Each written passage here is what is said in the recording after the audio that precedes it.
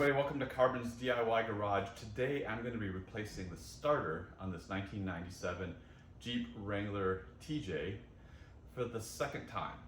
So how do I know that it needs to be replaced? Well, first of all, I didn't realize it at the time, but for the last few months it's actually been slower and slower to crank, and I initially thought it was power related. So the battery was only a year old, but I took it over to AutoZone to have it checked. The battery checked out fine, but they said the alternator was faulty. So I replaced the alternator just a couple weeks ago. Here's a link to that video. But then when I went to start it again, instead of cranking after the alternator start, it sounded just about the same. It's still slow to crank. So then a week or so goes by, I go outside to start it, to take it for a drive, and it wouldn't start at all. Instead, it sounded like this.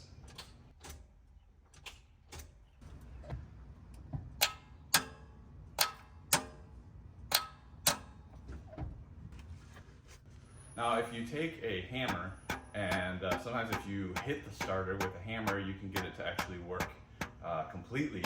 And that's actually not the case for me, but it did turn a little bit after I hit it with the hammer a little bit. So you could hear the starter turn just a little bit, and that's what tells me it's the starter that is dead, needs to be replaced, and that's the reason I had to winch it up to the driveway. I pushed it up as far as I could. It's a bit of an incline, and this is a good spot to go ahead and do this maintenance. I don't have to jack it up. Shouldn't take all that long, but with this Jeep, you never know. The first thing I'm going to do is disconnect the negative battery terminal. You know, the Jeep's off. There's a relay in between. I understand, but you know, two safety inhibits when you're dealing with the primary electrical system, it just seems like a smart idea, and it's no harm. It's always good to make sure you're safe. So where's the starter located? This is the passenger side of the Jeep. Crawl underneath. There's your transmission skid plate. It's forward of that. Here's the transmission. Here's the oil pan. There's exhaust. And then the starter is, obviously it needs to touch the flywheel in the front of the transmission. And that's the silver, newish looking thing right there. So let me give you a little tour real quick. You'll see the two bolt heads right there. This is not factory, and this is why I took it to a shop to get it done the first time. These are actually external Torx from the factory, and if you do it right, you use e-Torx sockets to get these bolts off. Some people use hex sockets, and sometimes you get it to work, sometimes you strip them, but I'm gonna leave a link in the video description for the e-Torx sockets that I use or tried to use. These bolts, especially the one to the right, was it was like it was welded in. I could not get it off. So I had to take it to the shop. They welded a nut onto the old bolt, got it off.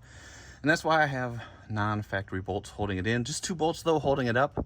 And then if we swing around up here, this is the electrical side. You can see there's three little nuts there you take off. So now that we've safed it electrically, it's just a matter of removing those, it looks like just two nuts.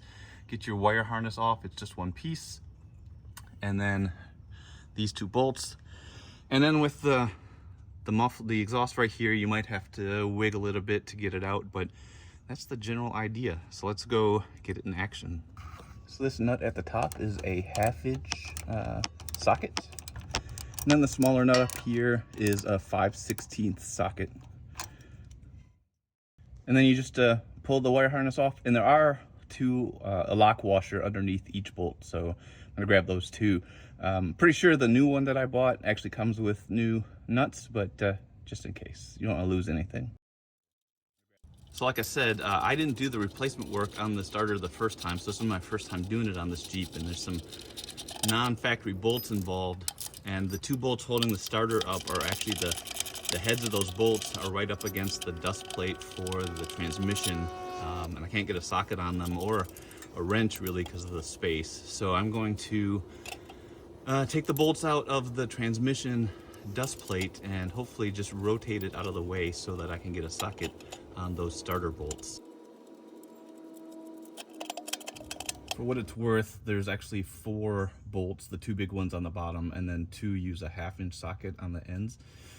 But the plate actually, the starter slips through it, so it's not a slot all the way in. So my idea is not gonna work.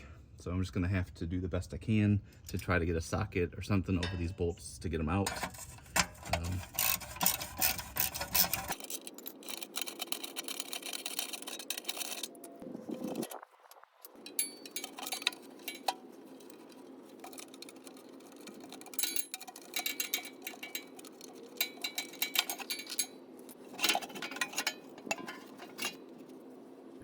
So now that I have the starter out of the Jeep, the dust plate for the transmission, you can just leave that in place because you have to take the starter off to really move it anyway.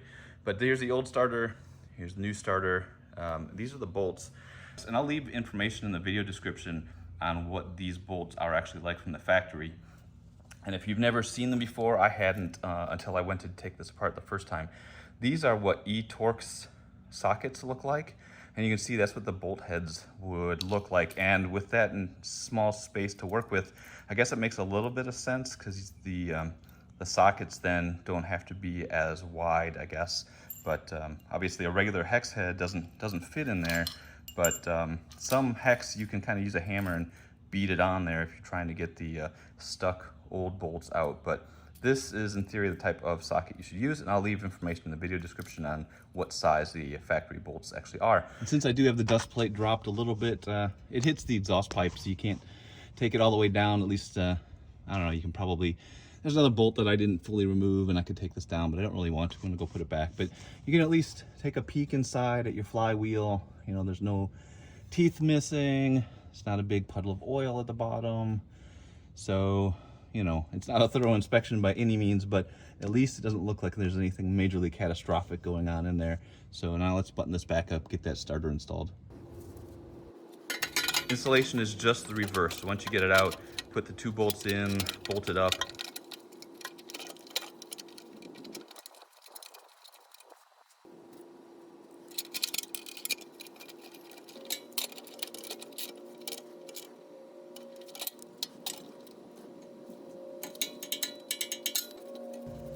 I'm also going to take a wire brush and just clean off this connector, get all the dirt and rust off of here. Connect the 2 electrical connectors with those nuts, and they are brand new nuts on the new starter.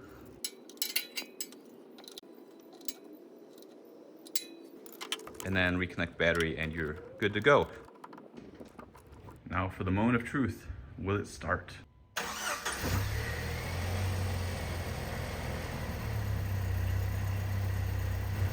All right, my friends, victory. Started like a champ. The starter ran way smoother.